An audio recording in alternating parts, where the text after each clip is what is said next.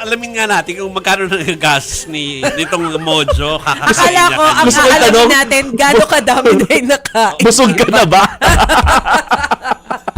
Evan! Ano? Kaya mo pa bang... Masakit na ba ang batok mo? Di, bata pa to eh. Bata pa yan. Pero ano, Okay. kaya mo pang tumikim ng lechon? Busog ka na. Kailangan mag-reserve ka ng kaunti for Noche Buena. Yes. Oo. Alam mo, mas kaninang umaga pa, actually, pagtapak natin dito, tumikim lang agad tayo ng mga lechon na nandito. Siyempre, parang fresh na fresh galing pa doon sa talagang pagkakahango pa lang. No? Kasi Yes. kaninang umaga pa lang, talagang mahaba na yung pila ng mga bumipili ng lechon dito nga sa La Loma. Talagang pinupuntahan talaga sila nung ilang mga talagang tumatangkilik ng lechon. Yung ibang mga nakausap natin, galing pa talaga. Talagang sinadya nila pumunta dito sa La Loma para bumili ng isang certain na lechon na. No? Kasi kadalasan per family, may mga kanya-kanya silang mga talagang binibilhan ng lechon. No? May mga staple na sila, loyal na sila sa lechonan na yan. And so far, nagtanong rin tayo ng presyo, no? Kung magkano nga ba yung mga lechon ngayon dito. Ang 6 to 7 kilos na lechon, pumapalo yan ng nasa 11,500 pesos. Ay, grabe. At tumataas pa yan, no? Depende pa yan doon sa sizes, no? Pero so far, para naman doon sa mga kapatid nating medyo over the budget naman, yung presyo na yan, pwede namang bumili raw ng per kilo, no? Yung per kilo naman, it starts at 1,500 pesos, tama. Pero yung iba naman na medyo nagtitipid, gaya nga ng sabi ni Masay, may mabibili naman ng below 500 pesos. Meron? Yun nga, meron. Pero yun Ano? nga lang is 1/4 na lang yung mabibili ng 500 pesos na yan. Pero para sa ilang mga mamimili kasi dito na ating nakausap, no,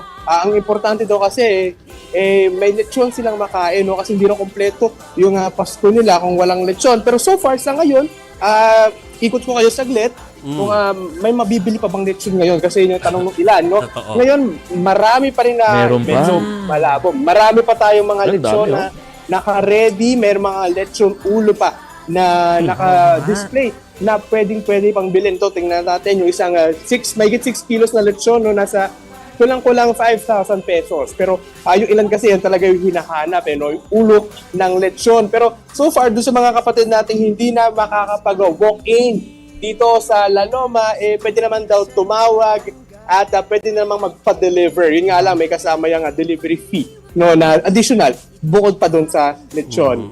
So Evan, hanggang anong oras bukas yung mga tindahan ng lechon dyan sa La Loma para doon sa mga gusto pang humabol sa Noche Buena? Kasi kanina hanggang 11 or hanggat merong customer daw na dumarating, open sila. Pero kung sa mga kapatid nating hindi aabot na ng ganyang oras, bukas naman daw sila bukas ng 4 a.m. At hanggang 2 p.m. nga lang.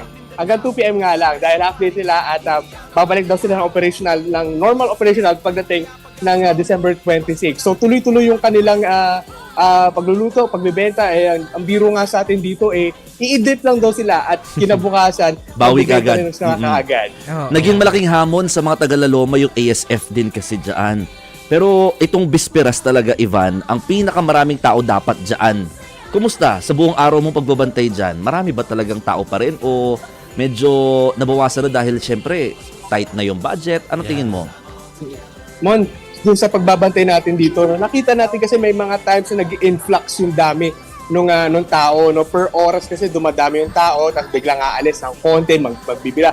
Pero according ko sa kwento ng mga nakita na dito is compared last year o mga nakaraang taon, mas konti daw talaga yung pumunta ngayon dito para mamili. Ang usually kasi nangyayari, itatawag lang sa kanila at ipapadeliver, magpapa-reserve. So, yun na yung naging isang advantage nga nung technology natin ngayon. Mas mabilis na umorder. Pero aside from that, no, yung costing kasi talaga, no, tumaas yung costing nila kaya medyo nagmahal din yung mga lechon dahil nga yung mga pinagbawal na rin. Kasi yung pag-slaughter ng mga baboy dito mismo sa La Loma. So, kinakailangan pa talaga nilang kunin sa mga slaughterhouse yung mga baboy na ililetsyonin dito. So, dagdag costing plus meron pang entry fee yung mga per head, yung mga lechon na dadalhin dito sa La Loma. Mon? Okay. Okay. Sige, maraming salamat sa iyo, Evan Tarinque. Thank Uwi you, ka na.